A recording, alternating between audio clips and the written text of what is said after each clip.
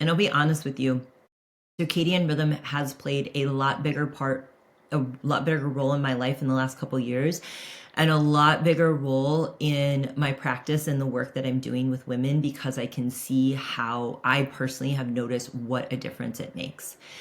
And so when it comes to cortisol, I used to have I actually had low cortisol when I was looking at my Dutch test. And, I would try certain adaptogens, certain supplements. Fatigue was one of my main health complaints because I just didn't have the get up and go. And the thing that shifted my energy and got rid of my fatigue was getting outside more and at strategic times. And so how you come into your day will dictate how you sleep at night. It is not just about your nighttime routine. We're going to talk a little bit about nighttime routine, but it is not just about your nighttime routine. It actually starts with your morning routine. So are you waking up and the first thing you're doing is getting on your phone and getting blue light in your eyes? That's going to shoot your cortisol real high, real fast. And it's also going to send you into sympathetic or activation of your nervous system. Or are you getting up and you're getting up around sunrise and you're getting outside and you're getting natural light in your eyes? Or are you getting up and the sun's not up and you are, keeping the lights low, wearing blue blockers, or maybe even, I've done this a few times, is lighting candles and using that, especially in the winter.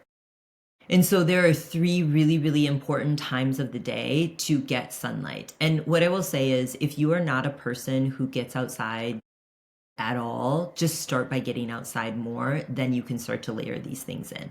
So it's all about meeting yourself where you're at versus trying to shift everything all at once. So those three really important times of day to get light, natural light, is sunrise, UVA rise, which happens a little like an hour, 90-ish minutes after sunrise.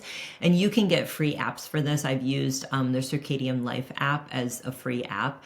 So sunrise, UVA rise, and then sunset or around sunset. So in the summer, I actually go to bed sometimes before sunset. So I just get outside about 30 minutes before I go to bed. And it's really important that you're not wearing sunglasses.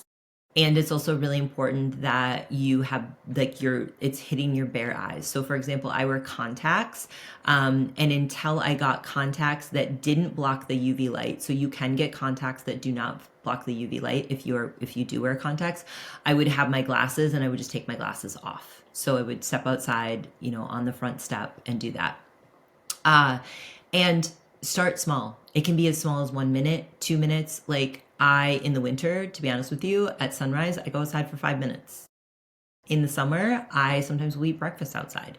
And so it's going to differ based on where you live, the season, etc. And you can get outside much to what you maybe believe about it's too cold, etc. I'm not asking you to go outside without a jacket on or without a hat on or anything like that.